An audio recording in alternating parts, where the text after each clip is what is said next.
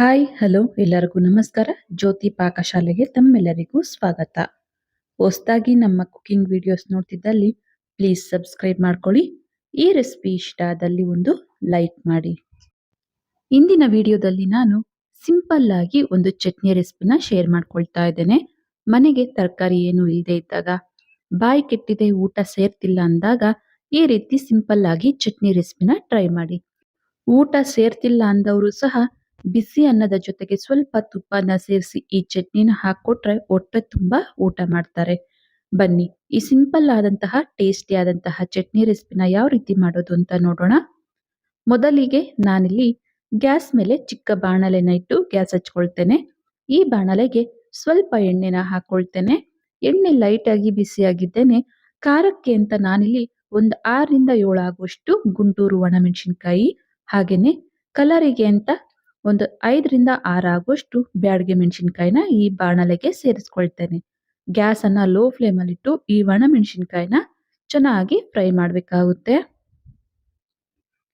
ಈ ಒಣಮೆಣಸಿನಕಾಯಿ ಸ್ವಲ್ಪ ಗರಿ ಗರಿ ಆಗ್ಬೇಕು, ಅಲ್ಲಿವರೆಗೂ ಇದೇ ರೀತಿ ಎಣ್ಣೆಯಲ್ಲಿ ಫ್ರೈ ಮಾಡ್ಕೊಳ್ಬೇಕು. ನೋಡಿ, ಒಣಮೆಣಸಿನಕಾಯಿ ಚೆನ್ನಾಗಿ ಫ್ರೈ ಆಗಿದ್ದಾವೆ. ಈಗ ಇವನ್ನ ಒಂದು ಪ್ಲೇಟಿಗೆ ಸಪರೇಟ್ ಆಗಿ ತೆಗೆದುಕೊಳ್ತಾ ಇದ್ದೇನೆ.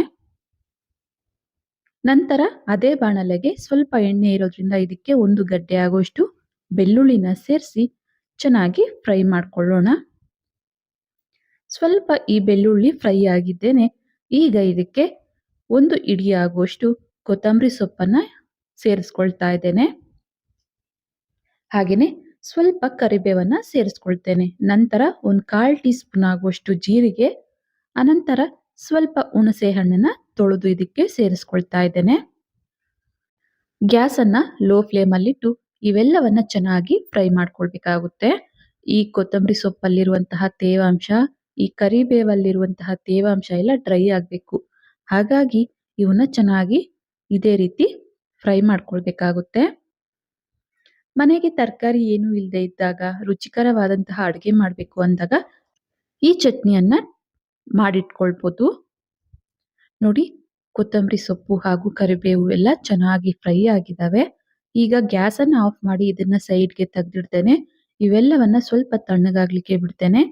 ನಂತರ ಈ ರೀತಿ ಒಂದು ನೆಟ್ಟಿಂದು ಅಥವಾ ಈ ರೀತಿ ಜಾಲರೆ ಟೈಪ್ ಇರೋದನ್ನ ಗ್ಯಾಸ್ ಮೇಲೆ ಇಟ್ಟು 2 ಮೀಡಿಯಂ ಗಾತ್ರದ ಈರುಳ್ಳಿನ ಸಿಪ್ಪೆ ತೆಗೆದು ಈ ರೀತಿ ಇಟ್ಟು ಗ್ಯಾಸ್ ಮೇಲೆ ಸುಡ್ತಾ ಇದ್ದೇನೆ. ಈ ಚಟ್ನಿಗೆ ನಾವು ಈ ರೀತಿ ಈರುಳ್ಳಿನ ಸುಟ್ಟು ಮಾಡೋದ್ರಿಂದ ಟೇಸ್ಟ್ ಇನ್ನು ಚೆನ್ನಾಗಿರುತ್ತೆ ಅಂತಲೇ ಹೇಳ್ಬೋದು. ನೋಡಿ, ಸ್ವಲ್ಪ ಇವು ಫ್ರೈ ಆಗಿದ್ದೇನೆ. ಈ ರೀತಿ ಟರ್ನ್ ಮಾಡ್ಕೊಳ್ತಾ ಈರುಳ್ಳಿ ಈ ಹದಕ್ಕೆ ನಾವು ಚೆನ್ನಾಗಿ ಸುಡಬೇಕಾಗುತ್ತೆ. ಈಗ ಈರುಳ್ಳಿ ಸುಟ್ಟಿದ್ದಾಗಿದೆ. ಗ್ಯಾಸ್ ಅನ್ನ ಆಫ್ ಮಾಡಿ ಇವನ್ನ ಸೈಡ್ಗೆ ತೆಗೆದಿಡ್ತೇನೆ. ನಂತರ ನಾನಿಲ್ಲಿ ಎಣ್ಣೆಯಲ್ಲಿ ಮೊದಲಿಗೆ ಫ್ರೈ ಮಾಡಿರುವಂತಹ ಒಣಮೆಣಸಿನಕಾಯಿನ ಮಿಕ್ಸಿ ಜಾರಿಗೆ ಹಾಕೊಳ್ತಾ ಇದ್ದೇನೆ. ಈ ಬ್ಯಾಡಗೆ ಮೆಣಸಿನಕಾಯಿ ಇತ್ತು ಅಂದಲ್ಲಿ ಹಾಕೊಳ್ಬಹುದು, ಇಲ್ಲ ಅಂದಲ್ಲಿ ಸ್ಕಿಪ್ ಮಾಡ್ಬೋದು. ಮೊದಲಿಗೆ ಇವನ್ನ ನೀರ್ ಹಾಕ್ತೇನೆ, ಈ ರೀತಿ ತರಿ ತರಿಯಾಗಿ ರುಬ್ಕೊಂಡ್ಬರ್ತೇನೆ. ನಂತರ ಇದಕ್ಕೆ ಒಂದು 1/4 ಟೀ ಸ್ಪೂನಿಗಿಂತ ಕಮ್ಮಿ ಒಂದು ಚಿಟಿಕೆ ಆಗುವಷ್ಟು ಇಂಗು ಪುಡಿ, ಅನಂತರ ಈ ಚಟ್ನಿಗೆ ಬೇಕಾಗುವಷ್ಟು ರುಚಿಗೆ ತಕ್ಕಷ್ಟು ಉಪ್ಪನ್ನ ಸೇರಿಸ್ಕೊಳ್ತಾ ಇದ್ದೇನೆ. ಅನಂತರ ಫ್ರೈ ಮಾಡಿರುವಂತಹ ಬೆಳ್ಳುಳ್ಳಿ, ಹುಣಸೆ ಹಣ್ಣು, ಅನಂತರ ಕರಿಬೇವು ಮಿಶ್ರಣನ ಇದಕ್ಕೆ ಸೇರಿಸ್ಕೊಳ್ತೇನೆ. ಈಗ ಇದಕ್ಕೆ ನಾವು ಸುಟ್ಟಿರುವಂತಹ ಈರುಳ್ಳಿನ ಮೇಲ್ಪದರ ಈ ರೀತಿ ಮೇಲೆ ಕಪ್ಪಾಗಿರುವಂತಹ ಇದನ್ನೆಲ್ಲ ತೆಗೆದು ಕಟ್ ಮಾಡಿ ಈ ಮಿಕ್ಸಿ ಜಾರಿಗೆ ಹಾಕೋಬೇಕಾಗುತ್ತೆ. ನೋಡಿ, ಈ ರೀತಿ ಮೇಲ್ಗಡೆ ಈರುಳ್ಳಿ ಜಾಸ್ತಿ ಕಪ್ಪಾಗಿತ್ತು ಅಂದಲ್ಲಿ ಈ ರೀತಿ ತೆಗೆದು ನಾವು ಕಟ್ ಮಾಡಿ ಮಿಕ್ಸಿ ಜಾರಿಗೆ ಹಾಕೊಳ್ಬೇಕಾಗುತ್ತೆ. ಈ ಕಪ್ಪಾಗಿರುವುದೆಲ್ಲವನ್ನ ಚಟ್ನಿಗೆ ಹಾಕಿ ರುಬ್ಬಿದ್ರೆ ಚಟ್ನಿ ರುಚಿನೇ ಚೇಂಜ್ ಆಗುತ್ತೆ. ಹಾಗಾಗಿ ಈ ರೀತಿ ಮೇಲೆ ಕಪ್ಪಾಗಿರುವಂತಹ ಈರುಳ್ಳಿ ಪದರನ ತೆಗೆದು ನಂತರ ಈ ರೀತಿ ಕಟ್ ಮಾಡಿ ಇದಕ್ಕೆ ಹಾಕೊಳ್ಬೇಕಾಗುತ್ತೆ. ಈಗ ಇದಕ್ಕೆ ನೀರನ್ನ ಸೇರಿಸ್ತೇನೆ. ತರಿ ತರಿಯಾಗಿ ರುಬ್ಕೊಳ್ಬೇಕು. ಜಾಸ್ತಿ ನುಣ್ಣಗೆ ರುಬ್ಬದೇನೆ ತರಿ ತರಿಯಾಗಿ ರುಬ್ಕೋಬೇಕಾಗುತ್ತೆ. ನೋಡಿ, ನಾನಿಲ್ಲಿ ತೋರಿಸ್ತಾ ಇದ್ದೇನೆ, ನೋಡ್ಬೋದು. ಈ ಚಟ್ನಿಗೆ ನೀರನ್ನ ಹಾಕೊಳ್ಳೋ ಅವಶ್ಯಕತೆ ಇಲ್ಲ. ನೋಡಿ, ಈ ಹದಕ್ಕೆ ಸ್ವಲ್ಪ ತರಿ ತರಿ ಇರೋ ರೀತಿ ರುಬ್ಕೊಳ್ಬೇಕಾಗುತ್ತೆ.